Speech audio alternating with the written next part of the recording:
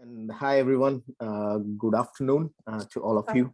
My name is Karun, and I work at Okta. I am a regional principals, solutions engineer. My job is really to, help customers understand the nitty-gritties around security and identity in general, because we are an identity management company. With me, I have got an excellent panel here. We have Rassoul. Rassoul Ghaznavi Zadeh is a director of information security at ResMed, and a warm welcome to you, Rassoul. Hi. Thank you. Good to be here. Thank you. Hi. And we also have Nivedita Newar, or Nivi Newar, who is the head of cybersecurity and governance at the University of New South Wales, joining us. Unfortunately, Dr. Tim Nedialkov could not join us because he had some personal emergency to take care of. Once again, a warm welcome to you all. Thank you, nice to have you here, Nivedita. So just to begin, right, just to understand a little, I think the topic is really cloud security, and focusing a little bit on infrastructure as well. Wanted to kind of understand, right, how the secure cloud environment, first of all, unlocks a lot of innovation. What are the benefits of that? And to be honest, I think we all kind of know there are like different areas we would like to cover in terms of things like, for example, how posture management or privilege escalations happen to kind of matter more and more as we go more into cloud infrastructure deployments. So just to begin our discussion, maybe I'll just start with infrastructure on cloud, right? Because that's, I think, what most in industry have actually adopted firsthand, and they've kind of become primary cloud. In some cases, we see customers who are running primary cloud, on public cloud infrastructure, and their on-prem or other hybrid solutions are just really backup for those primary clouds. So maybe I'll just start with Rassoul first. So Rassoul, just wanted to understand, right, from your perspective, how has your journey been so far? You've been in this industry for quite a while, and especially working with things like, for example, healthcare and those kind of areas, and technology space as well. Could you share a little bit of insight around how has it been, more from your own perspective on how things have evolved from a cloud infrastructure security standpoint? Sure. Yeah. No. Happy to. Well, first of all, thank you very much for having me here. I appreciate that. This is good, and obviously happy to be part of this conversation. Pretty interesting, obviously, conversation about the cloud. I guess when we're talking about the cloud, there is this kind of funny joke that people, they say cloud is the same thing that is owned by someone else, right? So we're talking about cloud infrastructure. Is end of the day, it's an infrastructure, right? So you still have the same sort of things. You have the networking, you have the virtualization, you have the security tools, you have the operating systems, you have the everything that you had on-prem, now you have it on the cloud. And I guess the main difference is it comes at a great flexibility, adds a lot of agility to the whole thing, and kind of makes it a lot easier for people to start, obviously, developing things, moving faster, doing things, but it all comes at a cost as well, right? So you might have heard that with cloud, we are pretty much one click away from the data breach, right? So, and that is not because cloud environment is necessarily insecure or has certain problems. It's because things are so easy to do on the cloud. With a single click, you can make your S3 storage on AWS publicly available to the internet, and obviously lose all the data, as we've seen a couple of data breaches. So that flexibility obviously comes at a cost, but also there is an opportunity to think about obviously adding a lot more transparency and having some good security visibility in there as well. So I mean, when we talk about cloud infrastructure,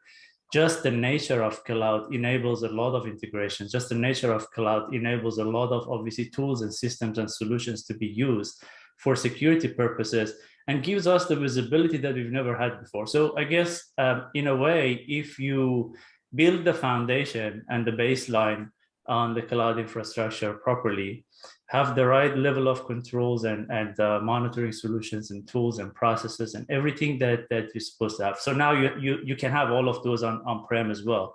But the governing the on-prem environment is a lot harder than cloud, simply because cloud provides a lot more integration capability that we haven't had before. So if we build that baseline properly, if we have obviously some good tools and solutions and infrastructure, we can definitely get a better visibility in terms of what we have in the cloud and how we're using cloud services in a secure way. That's pretty much it. I guess at the last point, probably when we talk about cloud and cloud infrastructure, the key again comes back to all those security principles that we've been talking about, right? So it's about people, it's about process, it's about technology.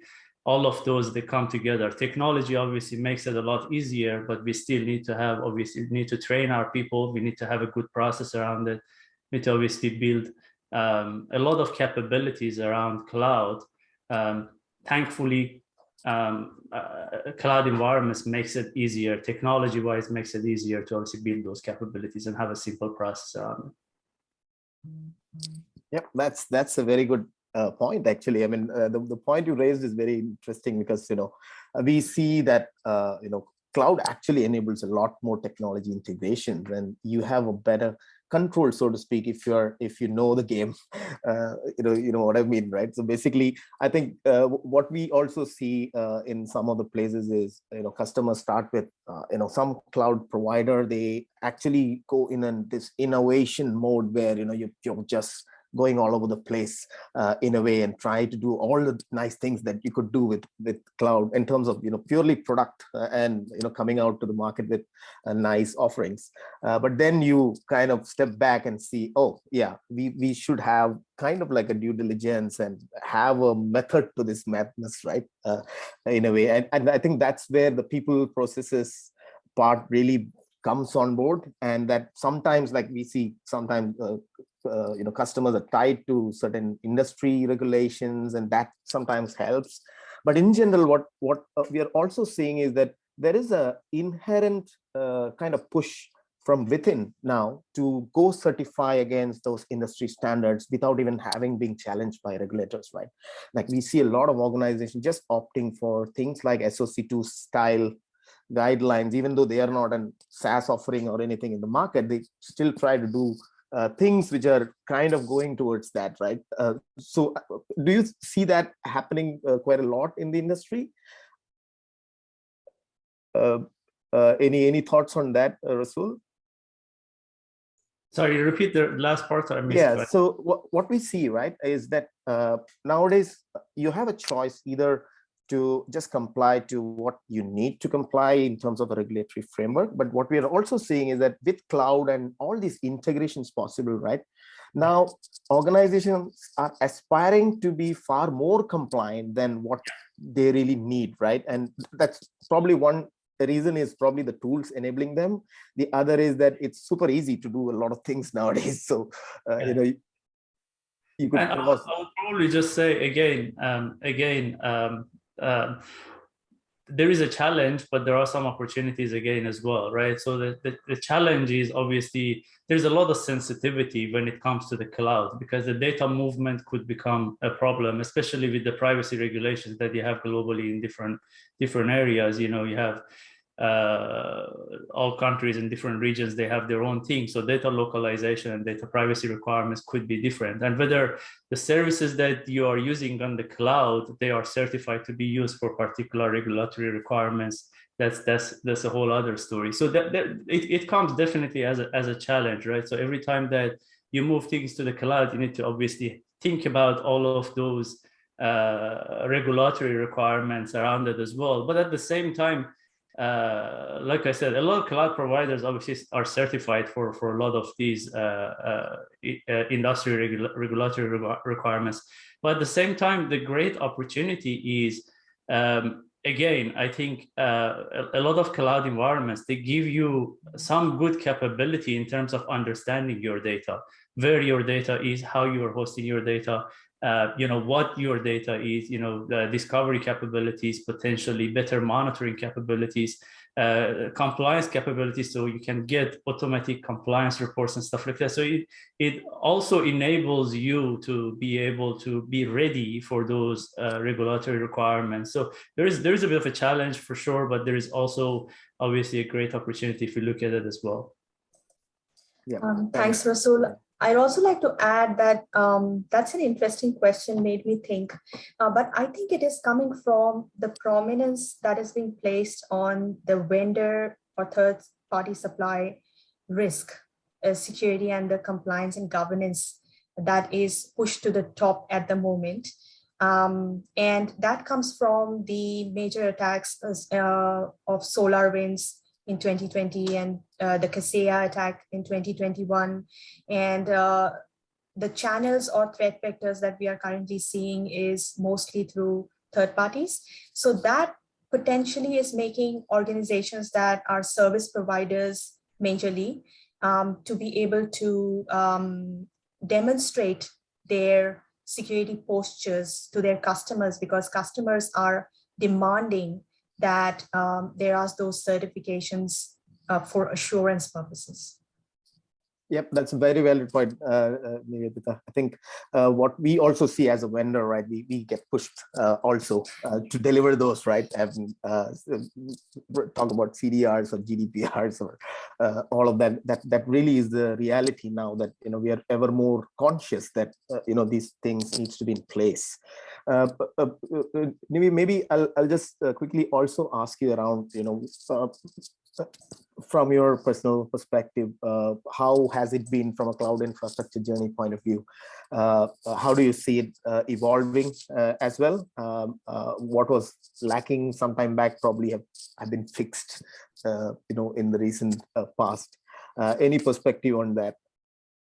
Yeah, absolutely. So because I'm working for the education sector, I'll speak from that perspective, because it's quite important to know that education sector has come up on the top as a top target, and the targeted sectors with 75% increase in attacks globally in 2021. And this has also been validated by the ACSC threat report last year, as well as the recently released joint advisory by NCSC, ACSC, FBI, and NSA. And we are seeing about 1605 attacks per week per organization at an average globally. So there is a little bit of context I would like to add. So universities' business would mostly be dependent on the campus infrastructure and the experience, the life experience and the social interaction with students. But when the pandemic hit in 2019, all universities, institutions, education sector was forced to go fully digital for sustainability and increased dependence on the internet for even remote working for staff. So in communications and teaching and all of that. And without the rapid movement to the cloud or adoption of the cloud, all three models, SaaS, IaaS, and PaaS, it's unlikely that any of these institutions would have survived those dark days. So that is something that is true for all universities. And so when that happened, the data and users migrated to the cloud in vast numbers. And at the same time, we started to see all these attacks. And this was the case with every institution globally. So it is therefore no surprise that the exposure levels were very high. One of the key reasons for this is that at that point, it was a matter of business continuity. It was a matter of existence. So security was only an afterthought. So businesses had to balance between security and business continuity. And obviously the choice was business continuity. So that deprecated the security postures that you would have otherwise for certain applications, either on-prem, or you would not have had that time to place your due diligence and the obligations that you place through contractual mechanisms for SaaS, because that is mostly the only mechanisms of controls where you have control gaps, which is indemnity clauses or adding budget to enable security control that has been provisioned as an added service. So those are some of the challenges that I would say. Yeah, I totally agree that education has been by and large a huge target. We also get certain survey results where we see that a prominent impact. Like for example, I think there was a Microsoft survey. It says that the most Office 365 breaches were really education targeted. Because it's simply there's a lot of open culture, first of all, so it's quite different when you deal with students versus an e-commerce customer, so to speak, right? So it's very different, and there's that cultural element of trust, which suddenly gets used by bad actors. Now Absolutely.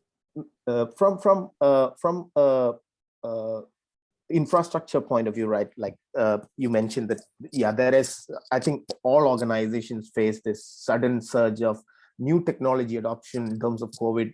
We were all kind of, struggling to run the business, forget about secure the business, right? I think first thing is to get the business running. And everybody is really pushing hard on procuring new technologies, nuances of which were not properly looked at, and you just onboard the use cases, so to speak, rather than thinking about the overall big picture, and somehow get to stitch a way to work, right? And I think even we went through being a cloud provider. We also had to go through it because physical offices just vanished and things changed. Now, do you think that actually kind of put more focus on zero trust? I believe that's what's going on, and we're looking at a much more pragmatic and kind of long-term view of things because of did COVID really help in that space, sort of like a blessing in disguise, and put forward a policy framework, or maybe a technology framework together with policy framework in terms of moving more and more towards a zero trust kind of architecture. Yes, absolutely. So zero trust is a concept that can be applied at various levels. So you could have the network level, Wi-Fi level zero trust, which is focused on user device attributes, or where you want to see the data traffic and manage your all of your access through, because the environment has become so hybrid. For organizations that did not realize that they will move so fast into that hybrid mode, unfortunately have traveled the time. Suddenly, they had done time travel and suddenly come to the realization that we are already there. So now this is a point of emphasis, that how do we now manage the risk and the gaps that we have now ended up creating. So when you talk about the different service models, the shared responsibility is something that is of key consideration. So based on the shared responsibility, the gaps increase or decrease. So for SaaS solutions, you will have a lot of capabilities that you will not need to manage from a security perspective. And then you have the platform as a service, and you have infrastructure as a service. Infrastructure as a service is more of a strategic move because it takes time. So during the pandemic, it, I think, progressed at the normal pace that it was supposed to progress, but also delayed. But if you look at the holistic picture between on-prem infrastructure, SaaS services, PaaS, and infrastructure as a service, identity and access management is at the perimeter. So that is where you can control and massively reduce exposure of your entire attack surface. So I learned about a quote from Microsoft the other day, where it claimed that 99.9% of attacks have been stopped or can be stopped just by applying MFA. And then there are other controls that you want to apply. So to be able to do that, there has to be that thought or concept of zero trust applicability, because there is this whole integrated architecture, starting from having a central identity provider in place, like an Azure Active Directory or the likes, and then having an SSO integration enabling MFA for your applications, managing your privilege access, and all of that posture management that you do. But how do you see that at a central place and console? And that is something where the SASE type of models that are being enabled already through zero trust architecture concepts are being highly viewed and looked at. Absolutely, that's music to my ears, because I come from an identity provider myself, and actually that's quite right that we had a sudden leapfrog moment of suddenly going from where we were traditional Active Directory dependent and very much server to server in a way, to suddenly looking at everything as a service, and suddenly understanding that yes, even when we develop products or technologies, we're looking at it more from that mentality of how to expose that as a service. And a lot of that is really because of that sudden leapfrog, I would say. And yeah, that's really interesting, right? So I think I just wanted to also bring in another aspect, right? So there is one thing which is around those SaaS products that you adopt and get kind of like stitch together your ecosystem for your office workers, your staff, your students, and so on and so forth. But then there is also this element of those core IP, which normally does not have a SaaS solution out there. So you end up developing and you build your own niche in that, right? And that's where I see that developers love SaaS and cloud, because they could just write things their way and deploy it. What we also see is, okay, once deployed, running the service, monitoring it for security and other aspects is probably there are a lot of tools available around it, and you can actually manage that. But there is also this idea of around how to securely deploy this. How do we kind of look at it from a security by design point of view, right? So I think we always hear DevSecOps and different flavors of that actually, and talking about shift left and so on and so forth. What's your take on that, Nivi? Yes, well, it's a massive framework that you have to look at it from a holistic view, a 65,000-foot view. So I will share my experience. So obviously, like all other organizations, I have worked with certain organizations that had adopted a massive strategic cloud migration or transformation program. And those were mostly the applications that could not be immediately translated into SaaS, are niche applications. You will have to modify them. They are industry specific. And it is not a easy decision to adopt a SaaS suddenly from scratch. So for that, cloud security framework had to be developed using the NIST pillars in mind. So you will have to use the standards. And there were certain defense in-depth layers that were developed, and security controls that would form the baseline mandatory requirement and recommendations were developed for different layers, such as the network layer, where you would have platform level controls. So essentially, that is one area, the perimeter network layer, where you will have to build the platform level controls for your consumers to then consume through it. So as soon as you drop the workload into this environment, you inherently get that level of security. Then there will be access management, identity and access management layer, systems security layer, application security layer, data security layer, the governance layer, and the security incident and event monitoring, so the monitoring layer. So within each of these layers, the baseline controls would have to be defined and enabled.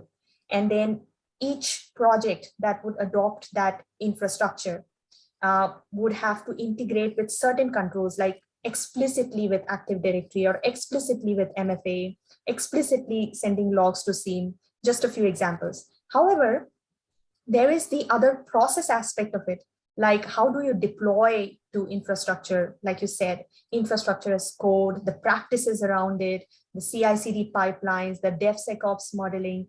Even for that, there is a whole modeling that you must keep into perspective, that you must build and define throughout the SDLC stages. So the SDLC stages wouldn't change, but you have to adopt a very agile model. That is from a process perspective. So you specify that you shift left and you start with threat modeling. So along your process, there will be threat modeling, there will be image scanning, container scanning, which you did not see in the previous types of models that we adopted. Then there would be one requirement, key requirement for a SAST type of solution where secure code review can be done, or a static security testing can be done, and all those things, and vulnerability scanning and all that stuff. But if you look at the traditional teams that have matured and the DevOps teams that are still not DevSecOps, there is so much disintegration between these two teams. So these guys don't understand. I mean, the previous security guys don't understand or not well equipped with managing the security around the cloud infrastructure, or even understanding of the cloud infrastructure and its topology. And the other guys don't understand what should we do with these vulnerabilities that are being generated. I don't have the knowledge to even come up with a remediation plan, and how do I manage it? Who do I go to? So those two teams being segregated independently will have to come together, and we'll have to have direct dotted lines or direct reporting line, or somebody being embedded from the team into the DevSecOps team. Those are some of the challenges that I would highlight. Yeah, I think really planting champions and kind of gaining mind share is one of the key things, I believe, from a DevSecOps standpoint. Now, Rassoul, just to kind of get your perspective on this, right? We see, there is DevSecOps being pushed, and a large part of it is really, I think, first of all, shift to a really agile Scrum models where you could actually implant these security aspects upfront. We also see from an infrastructure as a code standpoint, right? So we see that there are different ways of deploying infrastructure as a code. There are sweet technologies available out there. We're talking about like Terraforms and cloud formations and Ansible and stuff like that.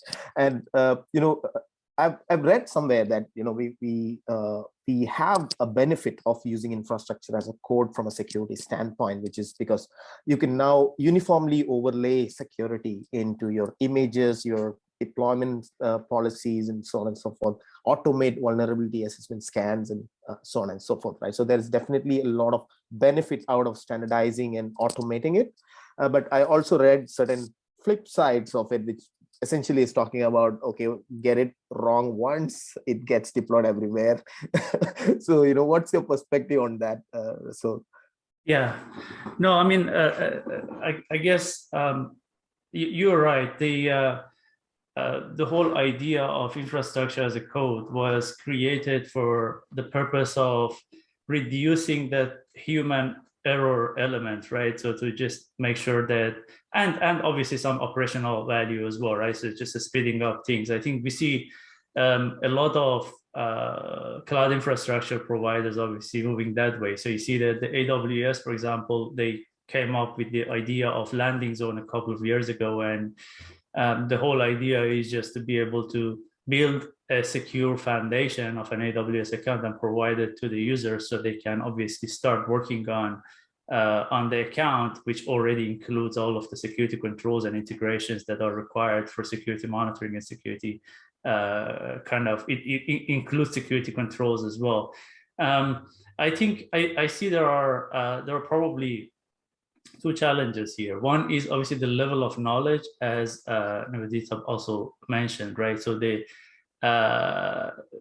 knowledge that we have, or everyone has, obviously within the organizations when it comes to infrastructure as a code, right? So not everyone is good for the code with the code, right? So traditionally, a lot of administrators, you talk to infrastructure people, they are not familiar that much with the code. They know scripting and stuff, but infrastructure as a code is a new concept. So obviously training people is a really important aspect of it. You need to make sure that obviously people, they are trained well and they understand obviously what will be really the requirements when it comes to coding and deploying infrastructure as a code.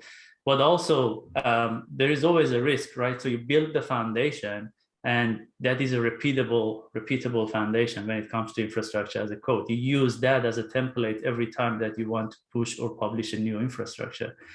And if there is a vulnerability on that template, then obviously you automatically, all of your environment is exposed to that particular vulnerability. So there's always a chance for those, and that is why a lot of these secure integrated platforms comes to the picture. Things like CSPM or CWPP or CASB solutions, you know, they all come to the picture, connects to these cloud environments. And the whole idea and the goal is to make sure that we will identify and capture those sorts of problems right at the time that we should. And obviously that is not the only thing. Like I said, training is an important part of it. Still, you have to have some sort of a manual review. Still, you have to have some sort of a proper policy structure to make sure what is allowed, what is not allowed for when you are developing infrastructure as a code. You don't want to let everyone, simple things like how many S3 public breaches we've had. You know, how easy is it to just block that by a simple policy on your AWS environment? You know, those are the things that obviously needs to be considered as part of the whole overall cloud security strategy. And infrastructure as a code is definitely a great way, and I don't think it's unavoidable. That's the way that companies are going. But building security within the process of infrastructure as a code is really important. Absolutely. I think education is one of the key aspects there, right? Because traditionally infrastructure has been more of install and configure as opposed to code, right, in the first place. And secondly, I guess you drove home a very valid point, which is around continuous management and monitoring of this, right? I think posture, in a way, I mean, you look at it from a posture point of view, how you maintain, how many of your S3 buckets are still public, and so on and so forth, right? I think that is one of the key drivers here. I think we all have to agree that, you know, posture management in a way is really picking up now, and we have solutions, integrated solutions, thank God to cloud. We have ways to connect all these and kind of understand the postures. And what we also see as a trend is that these postures are now getting fed into your identity solutions or you know, other risk based you know, mitigation solutions, and that's a very good thing to see actually happening, right? Because now you could see things like, if a device is you know, firewall turned off, and you know, you could immediately lock the user out or things like that, which is very, very kind of encouraging to see that these are all working together now, as opposed to all those silos which you used to build. Another aspect of it just wanted to bring is when we talk about privileges, right? We're talking about server level privileges and sometimes access given to users. A simple example is, you know, how you control your AWS admin users, you know, what kind of privileges users get into their AWS admin console or command line, and how that translates, or how real time that is. Because, you know, sometimes what happens is you have a lot of leftover SSH key pairs, which developers could port over between machines and connect. Sometimes you have those static passwords lying out there, or just, you know, just having images which are non-standard and, you know, just used for dev purposes, but somehow that breaches certain network segments and so on and so forth. Do you see privilege escalation and controls for privilege escalation changing in today's environment? Are there better solutions than just vaulting passwords and locking down users as we used to do in the past? Yeah, that question for me. I mean, it's a question to both, actually. I can start if you don't mind. I guess I would probably just say privilege escalation has been there for, I mean, that we all know about privilege escalation, so it can happen on-prem. The risks are happening on-prem is obviously lower because most people, they have to close close the borders, you know, have closed environment. So obviously you're not worried about, you know, some kind of external third-party access to your on-prem environment. So that's obviously, that was a lower risk, but with cloud, obviously that is increasing naturally because obviously it's you know, public, right? So I would probably say it comes back to, you know, think about the basics. I mean, we always talk about the least privileges, separation of duty, all those basic fundamentals that it comes to security. You know, you start thinking with those sort of things, you know, that doesn't go anywhere. You still have to have the least privilege concept and follow the least privilege concept, but wherever you are, you know, security on the cloud or on-prem or wherever, right? The other thing is obviously managing access on the cloud environment. So that's a really important thing, right? So I think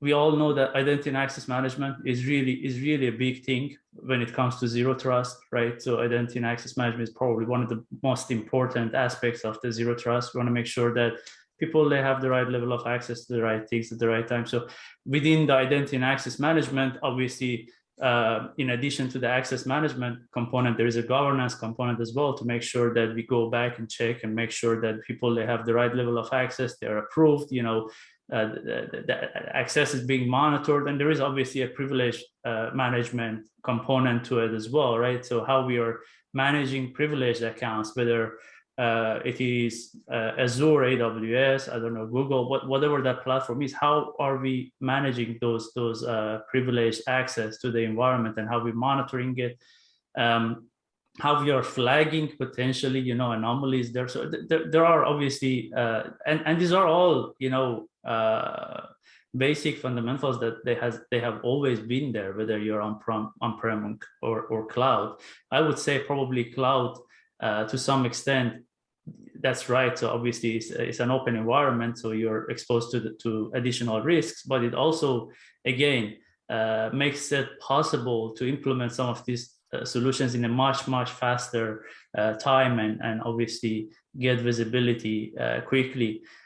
And I guess I keep talking about this, and that's because that's really important. Again, training, right? So just make sure that people that they are working on the cloud environments, I mean, in addition to all technical controls that you have, they are trained. They know what they do, right? So we talk about creating access policies on an infrastructure, a cloud infrastructure, is not a simple thing. It's not a straightforward thing, right? So it's not as straightforward as traditionally, if you talk to infrastructure people, everyone knows networking and access lists at the network level pretty well. But when it comes to identity and access management, specifically on the cloud environment, that is the area of knowledge gap for some people. So that definitely training people, letting them know what are those requirements to basically follow those least privileged and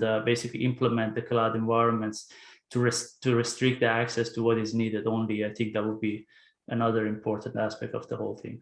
Yeah, I think training, and I think continuous reviews and monitoring, which basically becomes kind of like the foundation anyways. And I think you're right, technology, because it's cloud, it's far more easier to actually get that visibility as well as to remediate sometimes automatically, right? Because these are all well integrated systems in a way, even to your identity management or other stack of solutions, it's all well integrated and you have a better control. Now, Nivi, just to yeah, so I'd get like your to, perspective as well, right? Yeah, basically Rassoul covered most of it. It's a very broad question to answer, actually. It starts from the very architecture and design of end-to-end. Like, we are talking about remote access most of the times here. And how do you design your remote access to go either through a VPN plus an MFA, or you go completely passwordless with the more mature, privilege access, transparent sort of connectivity. But to the core, again, it's least privilege, making sure that you micro-segment your networks. It goes to such a depth, like identity and access management is massive. And one of the core requirements would be role-based access control. If you don't have it right, then there is going to be a massive problem like identifying and even creating rules and policies so that you can detect any breaches or violations. And when you talk about training, the one thing that clicked to my mind is it's the governance side of things that need to be trained equally as well, to be able to even understand what's going on and to place the right rules and policies. And the posture management would definitely help, because it gives you a very mature set of rules that are industry-wide operated. But I would also start from metrics. So I would drive the management of this, the risk around the privilege management and escalation risk definitely through metrics, where I set the policies and identify objective violations that will lead to a key risk indicator. So, that will drive a lot of things, and we will be able to quickly identify when we investigate what are the gaps, what are those controls that we need to place, even if it is tactical compensating controls. So that governance side of things becomes very important. Yep, I think I totally agree with you. I think the real impact comes when you actually know where you are from a compliance standpoint and from a governance standpoint. What's out there, right, in the first place. I think that has been a gray area in a on-prem environment, but I think in cloud we have a much better we have a good hope of getting all of that correct, right? And we also see, this is from our perspective, when we talk to customers, we see that customers are moving away from those periodic attestations or certifications, as they call it, to more of use it or lose it kind of policies, where you also are able to look at usage patterns and whether somebody is accessing, or has he just asked for maybe some in case I need it for a later point of time, right? So we used to provision those accesses traditionally, but nowadays we are looking at it more pragmatically to see, okay, whether they're really using it or not. And I think that's a good sign, I would say, from overall security posture standpoint, because we are able to first of all get that data. Last time each application's logs were in their own formats, and we had no way to understand them. But thank God, because of SIEM and so our solutions out there, people have standardized on log structures at least, right? So any other parting thoughts, basically, Rassoul, or maybe I think we are just on time. And it was a fantastic discussion, and thanks for your thanks for the mind share. It definitely will help all our participants today, because this is just amazing discussion. Yeah, just one thing about the exponential growth of shadow IT that will not stop. So even for that, some of the important things that we could do is around identity and access management. Although shadow IT is something very broad, where you have to apply organization-wide controls, but to get the visibility, while everybody is actually adopting the zero trust strategy and the need for it, having the visibility through that platform. So if you have a proxy in place, having the visibility from a CASB capability perspective, which today in today's world, all of the SASE solutions have it as an integrated module. But one of the core issues that has accelerated from a threat landscape perspective is the use of encrypted traffic for communicating and transmitting the malicious data or packets. So that visibility also can be leveraged at this level, where organizations are providing you with that proxy, where you can open up the packets and have that secure socket layer visibility, identify what is malicious, and also apply your endpoint detection and response capabilities. So that is also key for the security, because that is the only capability that you can use to contain and isolate your compromised devices or users. Yep, that's a valid point.